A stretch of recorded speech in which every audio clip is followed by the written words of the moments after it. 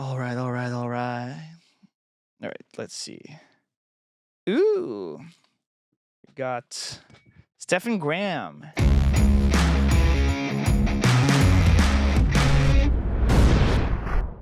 Higher. Although the reality is, the faster something goes up, the quicker it could also go down. At its peak, Tesla was valued more than the next 10 automakers combined, even though they delivered only a fraction of the cars. And that is where we get into a few of the recent problems. In November of 2021, near the peak of the market, Elon Musk posted a poll on Twitter asking his followers if he should pay his fair share in taxes by selling 10% of his Tesla holdings. Personally, I felt like this was his way of being able to cash out of the stock during a time where it was trading at unrealistic expectations. And I have a feeling he knew this, and he used the audience to his advantage to pay taxes. Sure enough, shortly afterwards, the Federal Reserve began raising their interest rates and the entire market began to fall, which included Tesla. So it appeared as though Elon Musk picked the perfect time to sell. Then again, in April of 2022, when Tesla stock had almost completely recovered back to its 2021 high, he offered to buy Twitter for $44 billion, which, you guessed it, would also require him to sell off even more of his Tesla stock. Unfortunately though, in the months leading up to the sale, his Tesla stock, which he'd be using as collateral, fell about 40% in value. So as you would expect, he tried to get out of the deal. But months later, he wound up conceding and sold another $7 billion of Tesla stock and taking Twitter private. Then again, in November, he sold another $4 billion of Tesla stock, which is theorized to have funded operations at Twitter, and then again in December, he sold another $3.6 billion. In total, throughout the last year, he sold about $40 billion in value from the stock, while investors argue that he's taking money from Tesla to plug the losses of Twitter, which he had no reason buying in the first place. Although this is really only the tip of the iceberg, and the rest is something that not a lot of people are talking about. Although before...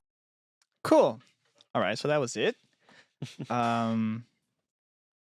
Let's see. This is more informative. Like, I'm not really in the know of all these moves, and I always loved Stefan.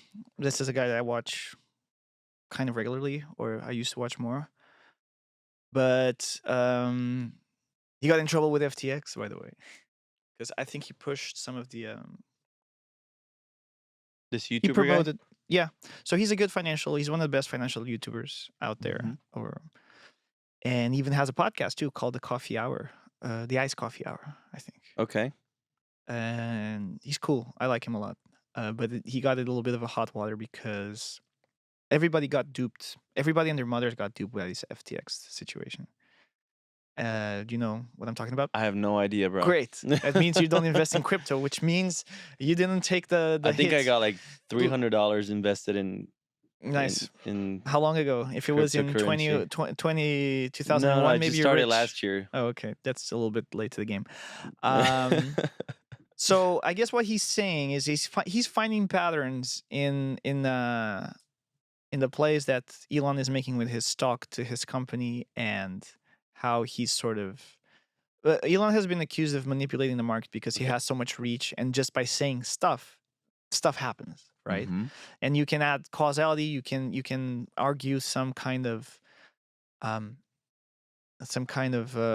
ill intent with his things, like once he tweeted Doge, I think, and the Dogecoin went up, and he was a big investor in Doge, and then he retracted some stuff. It's like, oh, actually, I realize now that this wasn't such a big idea because of the energy, what's it called, the energy footprint. Like some of these, not getting into crypto per se, there's technology associated with it which correlates to energy spending. So sometimes some algorithms that are less efficient will spend a lot of energy just by existing to support the networks. And so apparently Doge, I don't think, was a sustainable currency to become mainstream in everyday transaction for billions and trillions of transactions every day worldwide. So he pulled it back, and a lot of people got stuck with this asset that depreciated overnight, and like, because everybody's trying to make a quick buck, right? Because we all want to make it, because the daily life is hard, you know, and if we can get out of it, let's get out of it. If there's even a smell of possibility, like some people will just put everything.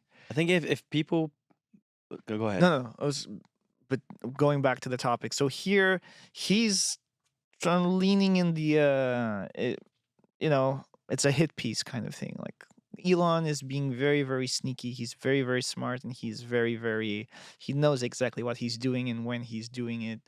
And there was almost like a hint of insider trading, which I don't know enough to know that that would have been a thing when, because it's really hard to time markets. So maybe did he know something that everybody else didn't, and he's timing the market. You can't beat the market. Like you might think you can, but time and time again, data shows that it's kind of like the people who actually do better than the market. They're a percentage that are so small that most experts fail, and Mm. maybe the people who actually make it, it's more like a confirmation bias. I made it, therefore it's possible, rather than like I was the one that lucked out and I kind of made calls that ended up being right, but I didn't know any better than the second guy who made calls and ended up being wrong. Anyway, Right. um, in this situation, what else did he say? It was leveraging stock and leveraging value to Selling a bunch of Tesla stocks. sell a bunch of Tesla at a very, very high price, because it is true, and Tesla stock is overvalued. And Elon has always come out to say that you shouldn't really buy stock in my company. Mm. So he's been vocal about that. I would never recommend people doing it, but people keep doing it because they're sort of, they want to attach themselves to this It's maverick. reverse psychology. Well, maybe. Don't buy my stock. Don't buy People my go stock. and buy it. Yeah. And that drives the price of the stock up, because this is all speculation anyway. That Mm. doesn't mean anything. And a lot of people say, how can this car company that doesn't sell nearly enough cars be so valued? And I actually heard this one thing with one of these gurus of the Shark Tank. He was like, they're not a car company, they're a data company, data collection company, because all the Teslas in the market, they all have like these great brains, and they collecting all information about driving patterns and Right.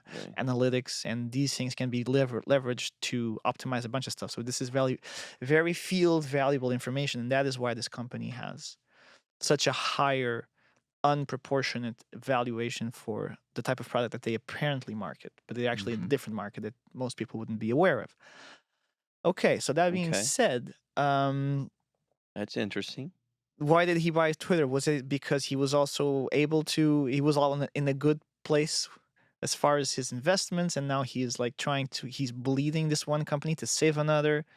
Historically, I think he sold all of his PayPal stock to start Tesla and to start SpaceX. So he put his all. He wouldn't be. It wouldn't be the first time he takes all his eggs from one side and puts them somewhere else, which is the next thing, you know. So maybe, and if you're a shareholder at Tesla, I'm not sure. Is Tesla running into trouble? You probably wouldn't know either, right? I have no idea, dude. That's a subject that I'm so oblivious to it. Oh, dang it. That's maybe why, you know, Uh-huh. I'm struggling.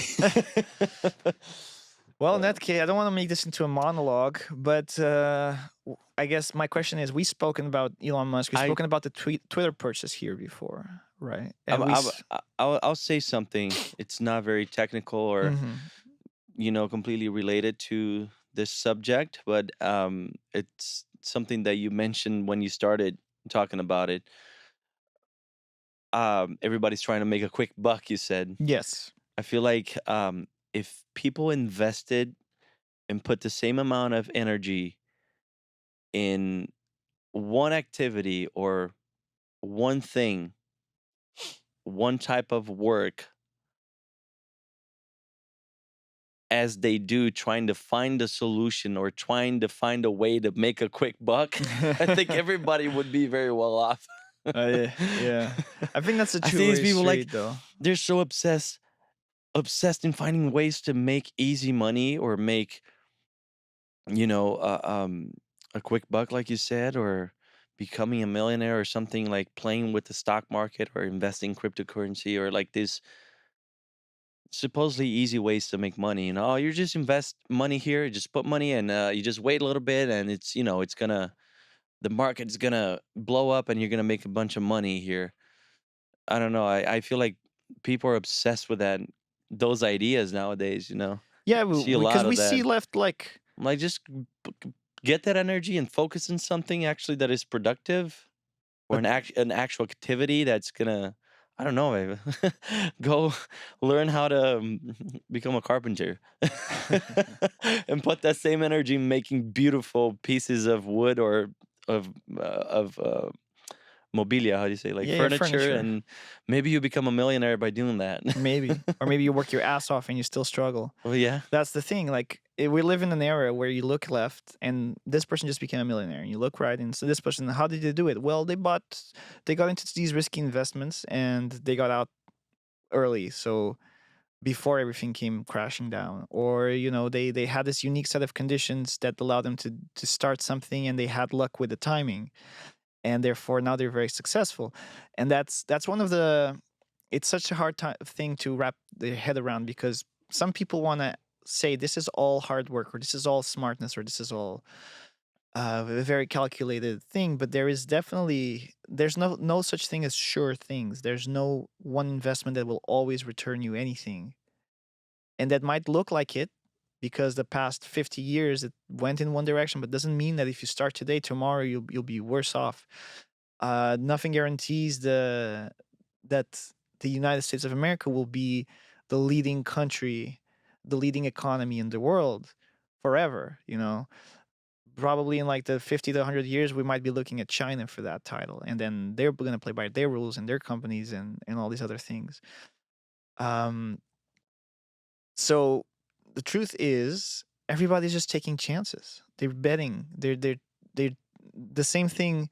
You would go in my neighborhood. There's like a donut shop, and I see constantly people going and asking for the scratch lottery. And there's a hmm big sign at the door that says over $1.5 million served in prizes. And it's like, oh shit, you know, yeah. I want me some of that prize. And also the new era of, the virtual era, Hmm. open up a whole new market.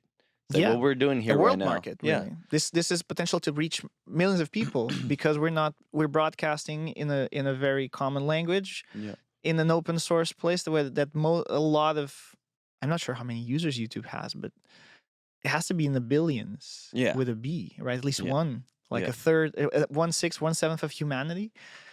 Well, does 1/6 or 1/7 of humanity Just have created all these access? different outlets and different products Yeah. quote unquote, that people are consuming. Mm-hmm. Why is there a lot of kids millionaires, TikTokers, YouTubers, social media stars? Because they are offering a product that people are consuming, and they're generating some sort of value. But it Actually, all comes down to also values that we're, as a society, the values that we're cultivating, and who we're giving our attention to, and actually, what sort of products we're consuming, well, you know? my cynic way of looking at the world, and it's not a lie what I'm about to say. It's actually very accurate. YouTubers don't make money per se by their videos. What the mechanisms that is happening is that the corporations pay for ads, and they pay for target demographics, and they want certain ads to be shown to certain people. Right. And that was like, okay, if there's an ad in my video, I get a cut. But really, the essence of making videos and the essence of having people watching videos doesn't bring the YouTuber any money. So again, we go back to corporations and capitalism. We become inevitably, through success, vehicles of sale, vehicles of marketing for somebody else's product. And we might even include our own products. We might have mugs or merchandise or t-shirts, or we might sell a course, or you might say, hey, I have a Patreon. Would you like to support the show? Give us some monthly income, and we will Right. be closer to a point where we can pay for our expenses or do this more hours of a week or full time. Um, and so those are the avenues that us individuals become entrepreneurs. But the big chunk and what moves the financial aspect of being an influencer is without a doubt the sales and the corporations. Right. Influential, what's it called? Affiliate links. You put a product out. Even I can buy And this you make a camera. cut. Yeah. I have a camera. Like, hey, would you guys It's like you're want to know making, where I got these lights from? And I put like a link below, and you and you make a percentage of it. I make a percentage. Did you know that So if you you get make commission. yeah, You're a sales associate. exactly. So it's all to drive sales. We're all in the business of driving sales if you're in the business. We do not monetize, so we're technically not in the business. Nope. This only costs money. We're very independent right now. So that is. So that means I can say what I want. I'm just kidding. No, you can't, because then YouTube comes Oh yeah. and censors or Oh, yeah. silent blocks your video. It doesn't show to anybody. But yeah, even if you want to like take Stefan's word or his line of thought, even Elon is not immune to wanting to make a buck or to actually take his chips out of the casino, even though like he is. I'm not sure if that would be the maybe he wants to move the chips to some other table. That's what he's doing, just because that's his current table and his current obsession, because he runs so many companies and has all of these activities that are so crazy and so wild, like put stuff on Mars and put cars that drive themselves and create he has the boring company, which is to bore holes in the ground and just make tunnels, because apparently I don't even know how can that even work. It's so hard to make a tunnel. I remember like the subway, it took 10 years to make a freaking 5-mile 5-mile hole from that goes around just to build a subway, which is literally boring tunnels. You know the verb to bore, right? Mhm. That's why it's called the boring company. It's not because it's boring, it's because it bores the other verb. Digs a hole. Yeah. So I don't understand how that can solve traffic. I would much more expect self-driving cars to solve traffic rather than having to dig holes in the freaking Or flying cars. right, or that to dig holes in the freaking seismic area like Los Angeles and California in general. So, but Elon knows best. I'd never really spent too much time thinking about those problems. But That's a big problem, man. If you can solve that, you'll probably become a billionaire. right, yeah, solve problems at a massive scale, and you can be rewarded by society Right. with a lot of money. And if you can't find these niches or find ways to get a lot of people attention, because attention equals money, and that's really what we're doing or influencers are doing, and that's why you have TikTok millionaires here and there, and everybody's like, okay, we all want to be free from the shackles of work and capitalism, and we just want to win the game in a way, if it's winnable, right? If it's even possible to win, Mm-hmm. and people will do anything, if they see, Yep. if they Some smell people make. the end, they will do crazy things, Yeah. even spend money Like they don't blending a have. bunch of different types of fast food into a blender and just pouring that on your freaking head and drinking that and making weird faces or showing your booty or whatever it is, Hey, whatever gets you there, Uh, everything is for sale. no judgment, man. Someone one someone that follows us said he would like to hear more about that trans racial issues. I thought that was kind of interesting. I don't have a lot of opinions on transracial issues, though. And I heard I was watching this podcast and this guy he was talking about transracial trans Transracial. Sorry. transracial, yeah. Like that famous YouTuber from England that identifies as Korean, and he got a bunch of plastic surgery to look like a Korean guy. He added like this Korean accent, and he identifies as transracial because he's a white guy that identifies as Right, Asian. right. Exactly. It's just like the Dave Chappelle joke. Have you Ye- not seen that one? Yeah, Is yeah, this how I feel inside, kind of thing? exactly, yeah. Which is on his transgender bit. And that's type of actually a thing. That guy is actually famous because I don't know if he was famous prior to his transition into Asian. Mm-hmm. There you have it. Now he has the clout. Now he can monetize. Now he can And I've beat seen capitalism. this lady that identifies as black too, and she will put a lot of makeup and Do and, blackface. and curl. Yeah, basically that. You haven't seen that? I know. I She know was- of a case that she was even HR. She was like in human resources for a corporation or a company, and then she got called out, and it was kind of this awkward thing, like, you're not black. Why are you trying to look black, or why are you trying Right. to pass as black? I don't know. But the thing I wanted to mention, I was watching this podcast, and this guy was talking about that, and he said, you know what, transracial transracialism makes more sense than transgenderism. Because, and the interesting thing that he pointed out was that race is actually a spectrum in opposition to gender, which is binary according to biology, I would say. Some people Well, would disagree. They would say well, that gender is biology would say that we are all part of one race, the human race. no, I No? mean, And then well, yes. what you're talking No, he's about? saying that race because they're black, Asians, white, Well, the and black Asians and white is kind of it's like a subgroup of some genetic trait in your DNA rather yeah, than being, you know, we use that to but it define part of our yeah, identity, but but it what it boils presents down it to, presents but it presents physiological characteristics that are very predominant. but for them, we're You can talking look about at one someone of and them. say, We're talking yeah, about one of them because everybody, black, white, or Asian, we all have a liver, we all have a heart, we all have kidneys, we all have. There's more commonality on our biology as a species than this like one little factor that might distinguish our tone of skin, which correlates to right, melanin in our skins and some features. There's going to be pools. There's going to be genetic pools, and that's what creates over time that differentiation in a way. right. But so you want to say I have more of But this it gene doesn't. than I want of the other. That's what I hear when I hear that. Like that makes more sense scientifically. Yeah. No, yeah, I mean, you can funnel it down that Mm-hmm. way.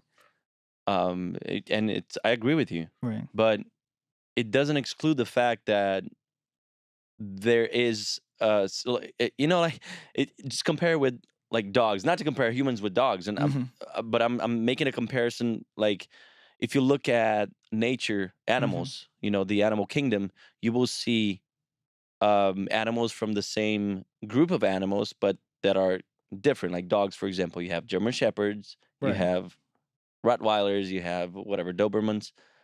I think it's kind of like the same thing for humans. We have the different races, Asian, white, European, Middle Eastern, um, African, and you within those groups, within those categories, you you can find commonality um, within those groups. Like, and you Yeah, but can you if can anything see you that can. those are physiological characteristics that will place people in certain categories. Yeah, It's but why it's not it's a, it's a separate? real difference. That's what I'm saying. It's not invented. I'm not. It's not something that. Yeah, I'm not gonna sit It's here and say something that like, oh, is. race doesn't really exist; it's all It's something that genetic. is natural. You know. But You it were you were is born with that characteristic sure. But that we're makes talking you from a that puts you in that category. Not to label or to categorize people. I'm just saying that's something that really shows, and it it's shows for sure. you know some people are more mixed than others, but some people are very predominantly from this race or that race. You can differentiate someone from Africa that is black and someone from Europe that is white. I Do you know what I'm saying? Yeah, I I understand. I Black feel people like look different than white people. Yeah, yeah, but then, but it's something that what is I'm that really thinking, shows, what I'm trying to think here right now and you on have the different spot. categories. You But know, those categories, we're looking at a very, because like we would have to ask a geneticist or somebody who studies these things, probably possibly a doctor, exactly how much amount of variation of genetic material are we talking about? For example, I know that a characteristic of Europeans, we have one gene that digests lactose, so it has like the ability to break down a protein which is common in cow milk, and that same gene does not exist in such um, available in the gene pool of the Americas, hmm. for example, or even in Asia. I don't think. Um, so we can say you can create a subgroup of people who are than you do with lactose intolerant or not lactose intolerant, right? So, this is a differentiation in genetics. What doesn't look at color, but there's a separation there. What I want to understand is, in order to what is so different apart from physical appearance that will want you to trans identify as a different race? What are we exactly? How much part of the genetic material are we talking about here?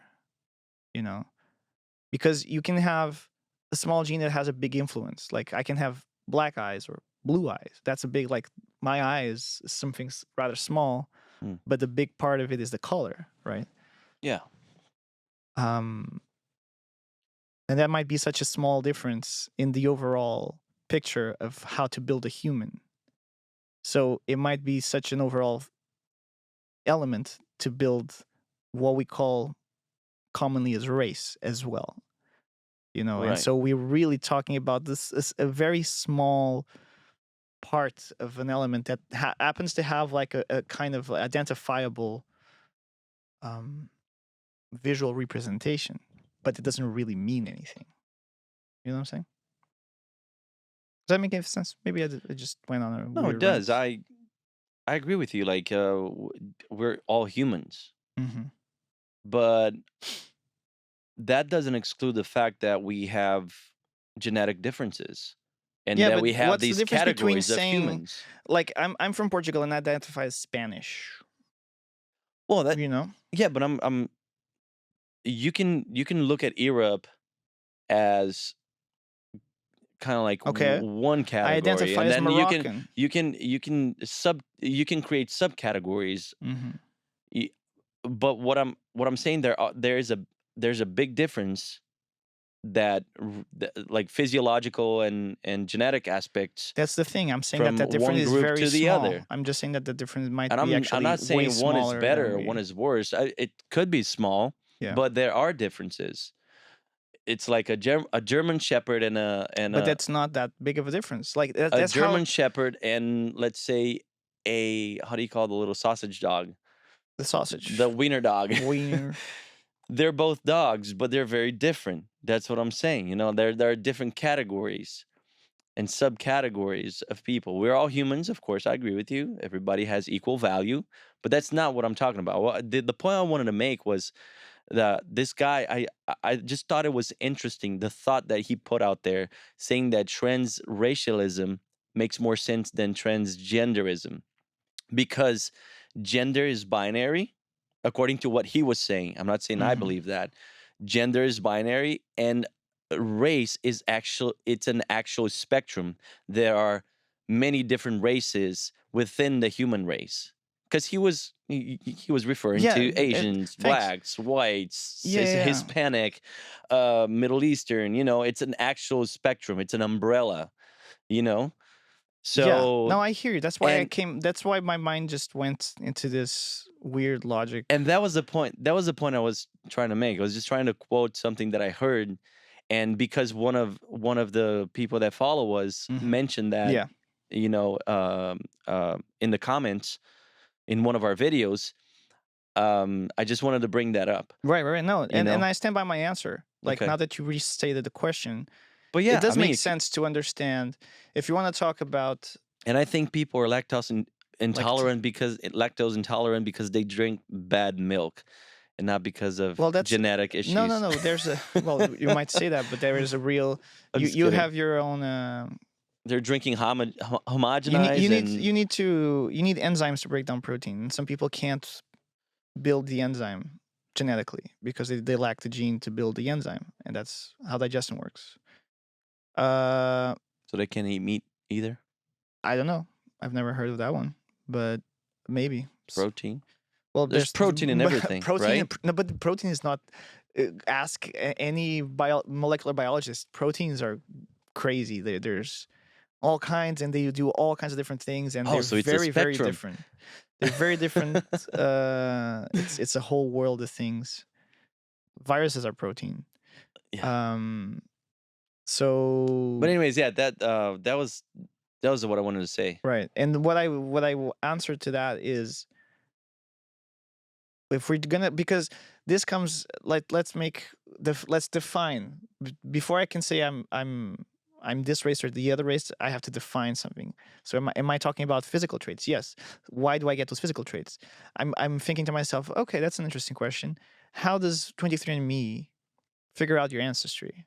Like, there's there's definitely some genes that must be more common here or there, because there's not, I'm not really sure how many genes define your skin color or your complexion or your bone structure. It's all a combination. If you have if you reproduce in a certain gene pool, those genes will permutate and combine in many ways, but then you'll get sort of like a concentration of certain genes and the elimination of others.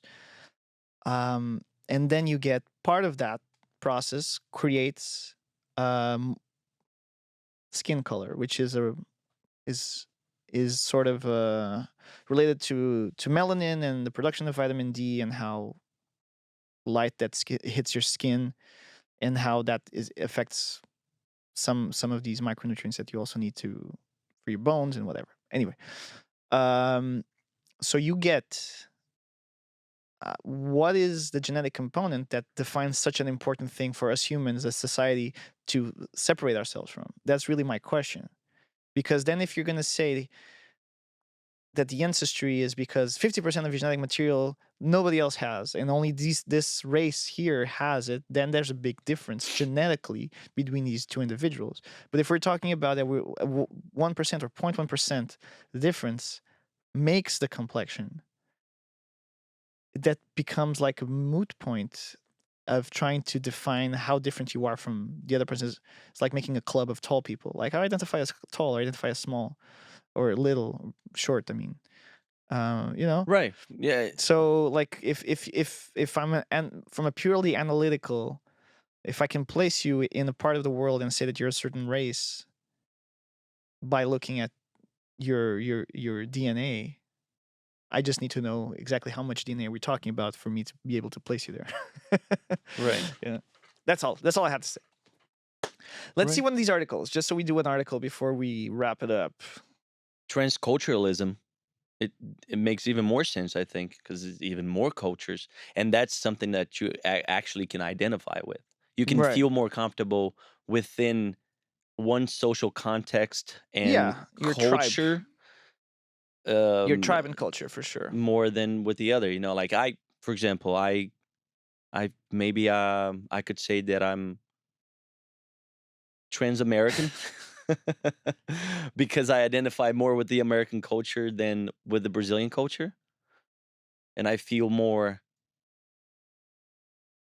um maybe more welcome here than there. You know, not welcome, but more comfortable here than there, Hmm. following certain values that is put forward.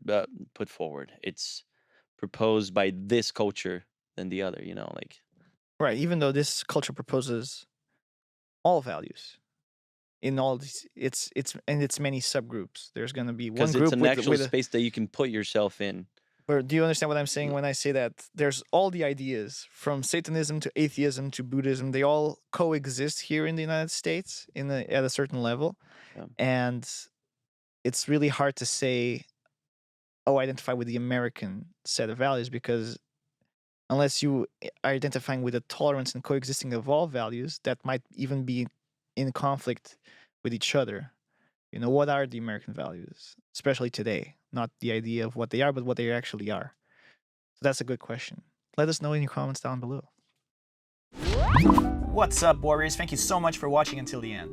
Don't forget to hit that like button. We invite you to join the conversation by dropping a comment down below. And if you want to watch more videos like this, go ahead and click the links on the screen. We are now posting once a week, every Wednesday, so hit that subscribe button to make sure you don't miss out. And we'll see you on the next one.